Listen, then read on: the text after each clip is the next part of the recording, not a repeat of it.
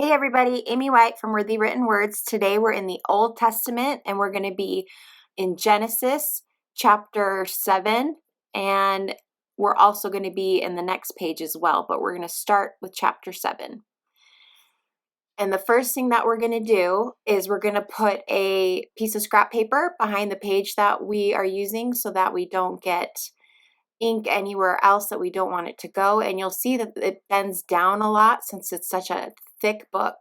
So what I'm going to do is I'm going to put a Book of Mormon and a Doctrine and Covenants underneath my cover page, the cover of my hardbound, and that gives it the perfect height so it has something sturdy to stand on. You can really use any books. That's just what I had nearby. So using your distress ink, your stencil, and your mini ink blending tool, we're going to put the rain on the whole page. And if you don't want it to cover your words, then just do it really lightly over the words and then you can still read through. Everything I do with this mini ink blending tool is going to be just circular motions. I get the ink on the foam by rubbing it around in a circular motion, and then I put the ink on the stencil in a circular motion. I found it was easier for me to use the stencil by using some washi tape and putting it down so that it wouldn't move on me so much. And then you can just pick up the washi tape and move the stencil around and reattach it with the same washi tape. When moving to a new spot, try and line it up so that you're not going to be overlapping any raindrops so that it looks like a seamless pattern, and then it will not look like you're doing anything differently. And of course, don't worry about doing the bottom part of the footnotes because that's all going to be covered with the bottom, and the top of the page are both going to be covered. So you don't need to worry about doing that so much.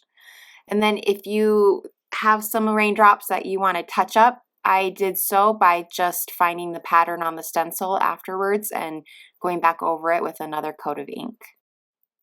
Now I'm going to attach the water to the bottom of the page, and I'm using the same AdTech craft tape that was in last month's kit. You can also use photo mounting squares or glue stick or whatever you have on hand. The AdTech craft runner's tape is just really easy, or some sort of tape runner is pretty easy to just run it along. I'm also going to attach the clouds at the top, but I'm going to only put the tape on the bottom portion because I'm going to let some of it hang up off the top of my page.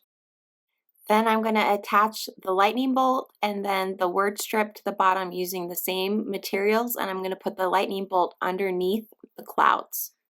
Now to attach the wobble to the arc, you want to make sure that you put it in the middle of the back side of the arc, otherwise it will wobble. It'll be too heavy on one side or the other.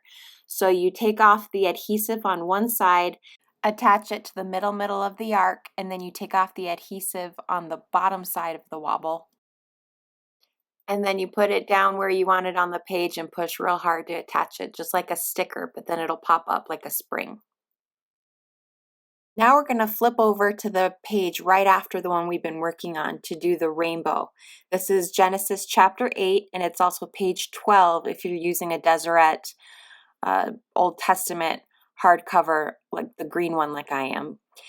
And somehow I missed filming me putting these two stickers on the page, so let me just talk you through that real fast. Sometimes stickers can be difficult to peel off, and the reason for that is over time the blade on my cutter gets more dull, and although I try and check it every so often and replace them as needed, sometimes I might miss them, and so it might feel like they're going to rip off. If this is the case for you, stop pulling it and try pulling from another direction.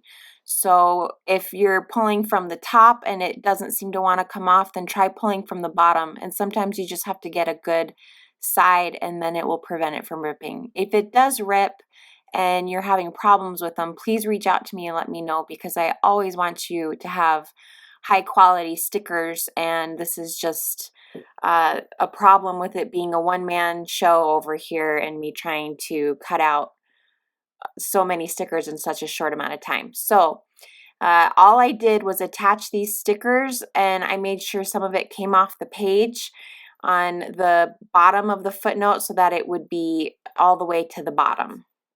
Now using the mountain that is not see-through, I'm going to cut off the small portion of it, and you can kind of align it with your page and see where you want to do that. And by doing this, I'm going to cover up the sections that are popping up off the sides on both sides. So I use one side for the end of the page and the other mountain for the beginning of the page, and I just overlap them on top of the clear one. But make sure you're not covering up words if this is something you're trying to avoid. And then you cut off any excess along the bottom or the sides if you have any.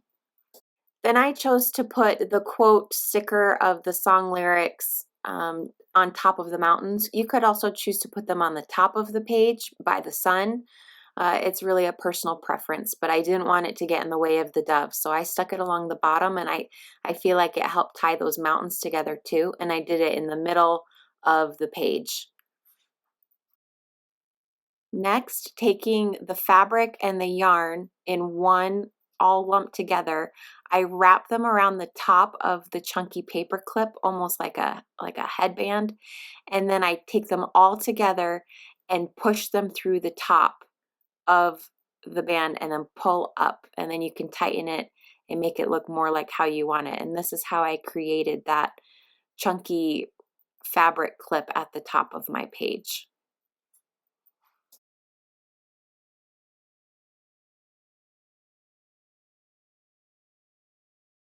Finally, I'm going to add the dove to my page just using the runner's tape.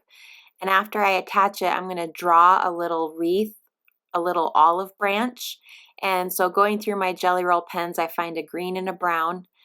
And I'm going to just hand draw a little stick and add some leaves to it. And that's going to be my olive branch.